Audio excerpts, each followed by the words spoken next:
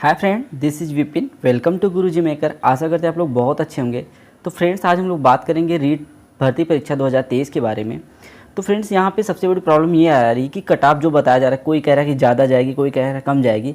तो आज हम लोग इसके बारे में डिस्कस करते हैं कि जब हमारी फाइनल रिजल्ट आएगी तो उसकी कट ऑफ जो है बहुत कम या एक ऐसी रहने वाली जिसको हमने प्रिडिक्ट किया भी नहीं है।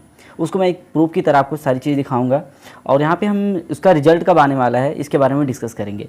तो किसी भी एग्ज़ाम की कट ऑफ हाई जाएगी या कम जाएगी, उसका सबसे बड़ा एक जो फैक्टर होता है वो ट्रांसपेरेंसी होती है। किसी एग्ज़ाम की पारदर्शिता कि वो एग्ज़ाम कितने अच्छे ढंग से हुआ है या कितने अच्छे ढंग से कराया गया है, कितना फ्रॉड हुआ वहाँ पे।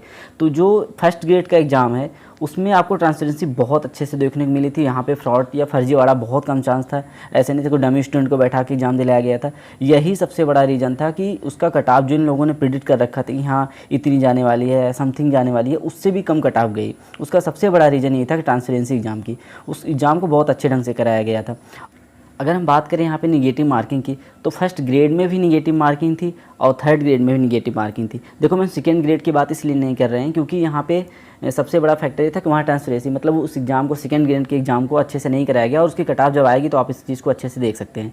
तो अगर यहाँ निगेटिव मार्किंग की अगर हम बात करें तो अच्छे स्टूडेंट जो रहते थे, अगर वो 50-50 में भी चांस रहता कि हाँ उनका ये ऑप्शन सही है या सही है, तो वो क्वेश्चन को कर देते थे। तो उससे भी बहुत सारे क्वेश्चन गलत हुए। उनके 125 120 अटैम्प्ट कर के भी 80-85 पे आके रुके हैं। तो इसका भी एक रीज़न था। और कुछ स्टूडेंट ये थे कि हाँ उनको गलत नहीं करना है, तो निगेटिव मार्किंग की वजह से बहुत कम क्वेश्चन अटेम्प्ट किए तो उनके कम क्वेश्चन रह गए। और आपको इस चीज़ को देखना होना, तो जैसे हम मान लेते हैं 95 क्वेश्चन बहुत सारे स्टूडेंट ने सही किया होगा, लेकिन एक एक नंबर पे आपको बहुत कम स्टूडेंट घटते, मतलब धीरे धीरे कम होते चले। अगर हम 97 या 98 की बात करें तो मुश्किल से आपको 1000 स्टूडेंट मिलेंगे।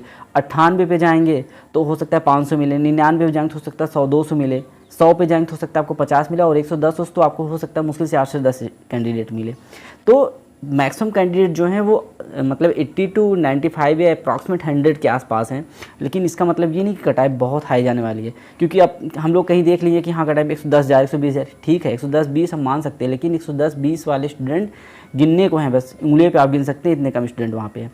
तो निगेटिव मार्किंग भी एक रहेगा कि हाँ कटा बहुत ज़्यादा हाई जाने वाली नहीं है, और इसका रीज़न अभी हम आगे आपको चल के बताएंगे। देखो, ट्रांसपेरेंसी की अगर हम बात करें तो जिस तरह से फर्स्ट ग्रेड में ट्रांसपेरेंसी थी उसी तरह थर्ड ग्रेड में भी इस एग्ज़ाम को अच्छे से कराया गया है। मैक्सिमम चीज़ें रोकने की कोशिश की गई है। तो इसका मैं एक सटीक एग्जांपल आपको दिखाता हूं जो फर्स्ट ग्रेड का रिजल्ट आया हुआ है। तो अगर यहाँ पे हम बात करें तो कट ऑफ के बारे में, तो देखो अगर संस्कृत की कट ऑफ की बात करें तो अगर यहाँ पर चीज़ें आप देखेंगे तो जर्नल की जो कट ऑफ है, तो अगर आपको यहाँ जनरल की कट ऑफ देख रहे होंगे तो यहाँ पे 288 है। और अगर EWS की बात करें तो 274 है, और OBC की बात करें तो 269 है। तो इनके कट ऑफ के बीच में, अब जैसे हम लोग ने जो अभी लेवल 1 या लेवल 2 का जो हम लोग ने कट ऑफ को यहाँ पर डिस्कस किया है, वहाँ पे 5 से 6 नंबर का डिफरेंस दिखाया है। लेकिन यहाँ पे अगर आप डिफरेंस देखेंगे तो 288 और OBC की अगर बात करें 269, करीब करीब 19-20 नंबर का डिफरेंस आपको दिखने को मिल रहा है, जो कि बहुत होते हैं। अगर हम 19 क्वेश्चन मान ले रहे हैं, 19 नंबर मान ले रहे हैं, तो क्वेश्चन की बात करें तो करीब 9 से 10 क्वेश्चन। तो आप इस चीज़ को समझ सकते हैं, अगर जनरल की कट ऑफ 90 जाएगी तो OBC की कहाँ रहने वाली है। ठीक है, तो ये चीज़ें हो गई। अगर इसी तरह अगर हम बायोलॉजी की बात करें तो यहाँ पे जनरल की कट ऑफ 272 थी और EWS की किताब 246 थी, और OBC की बात करें 256 थी। यहाँ पे अगर आप डिफरेंस देखेंगे तो यहाँ पे भी आपको 16 नंबर देखने, मतलब 8 से 9 क्वेश्चन देखने को यहाँ पे आपको मिल सकता है।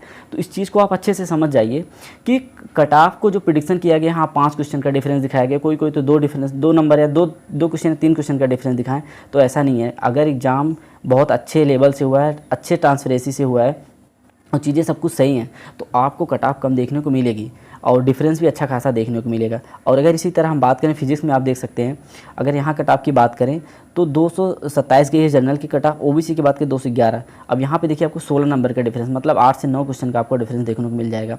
और इसी तरह अगर ये चीज़ें देखेंगे आप इंग्लिश में 322 नंबर यहाँ पे कट ऑफ गई है, और OBC की बात करें तो 311। हाँ, यहाँ पे डिफरेंस थोड़ा कम देखने को आपको मिला, कम से कम 11-12 नंबर, लेकिन फिर भी आपसे 5-6 क्वेश्चन के यहाँ डिफरेंस देखने को मिल रहा है। तो चीज़ें आप समझिए, कट ऑफ जितना बताएगी, जो हमारी पहली वीडियो जितना हमने कट ऑफ लेवल 1 या लेवल 2 के बारे में डिस्कस किया है, उससे ज़्यादा अभी तक नहीं जाने वाली है। कट ऑफ हो सकता है उससे कम हो जाए, लेकिन ज़्यादा नहीं जाएगी। तो किसी के कहने से, किसी के कहीं से भी यूट्यूब चैनल पे देख के आप घबराइए मत, पैनिक मत होइए। कट ऑफ बहुत हाई नहीं जाने वाली। उसका रीज़न सबसे बड़ा ये था कि एग्ज़ाम का जो पारदर्शिता थी बहुत अच्छे से हुआ है, अब देखो इस ट्रांसपेरेंसी का मतलब क्या होता है। जैसे अगर एग्जाम अच्छे से हुआ है तो होता क्या है, टॉपर स्टूडेंट जो है वो टॉप करते हैं और एवरेज स्टूडेंट का सिलेक्शन हो जाता है। और अगर इसी तरह अगर हम देखें, अगर जो जिस एग्ज़ाम में अच्छे से पारदर्शिता नहीं होती, जिस एग्ज़ाम को अच्छे से नहीं कराया जाता, जैसे लेवल 2 है, अभी आप देखेंगे जब आ गया ग्रेड 2 का रिजल्ट तो आपको चीज़ें समझ में आएंगी। तो अगर अच्छे से नहीं होता है तो होता क्या है कि जो टॉपर हैं वो चले जाते हैं, वो एवरेज स्टूडेंट में चले जाते हैं, और जो फर्जी स्टूडेंट है वो टॉपर हो जाते हैं। तो जो वहाँ पे एवरेज स्टूडेंट है ना, उनको सबसे ज़्यादा प्रॉब्लम होती है, वो बाहर हो जाते हैं। तो सबसे बड़ा फैक्टर एक होता है कि ट्रांसपेरेंसी एग्ज़ाम की कितनी है। और आपको अच्छे से पता है, जिस तरह ग्रेड 1 की एग्ज़ाम को अच्छे से कराया गया है, वैसे थर्ड ग्रेड को एग्ज़ाम भी बहुत अच्छे से हुआ है। तो इन सब चीज़ों को देखते हुए आप इस चीज़ को समझ सकते हैं कि कट ऑफ हमें नहीं लगता बहुत ज़्यादा। और जो हमारी पहली कट ऑफ है अब भी हम उसी पर रुके हैं। आपको कोई ये कह रहा है कि 110 कट ऑफ जा रही है, कोई कह रहा है कि 55 जाने दीजिए। जितना हमने कट ऑफ बता के रखा, हमारी पहली वीडियो जो कट ऑफ के बारे में दिखाया है उस चीज़ को आप देखिए। अगर उससे ज़्यादा जाए तो आप कहना, उससे कम जाएगी लेकिन ज़्यादा तो नहीं जाने वाली है। और वहाँ पे हमने जो डिफरेंस दिखा रखा है कि हाँ 4 क्वेश्चन या 5 क्वेश्चन का, वो भी 100% श्योर है कि वो कम होगा। जैसे हमने वहाँ पे दिखा रहा है कि 90 में सिलेक्शन हो जाएगा जनरल का और ओबीसी का 85, तो वहाँ पे आपको अच्छा खासा डिफरेंस देखने को मिल जाएगा। 90 से 82 85 ऐसे चला आएगा क्वेश्चन।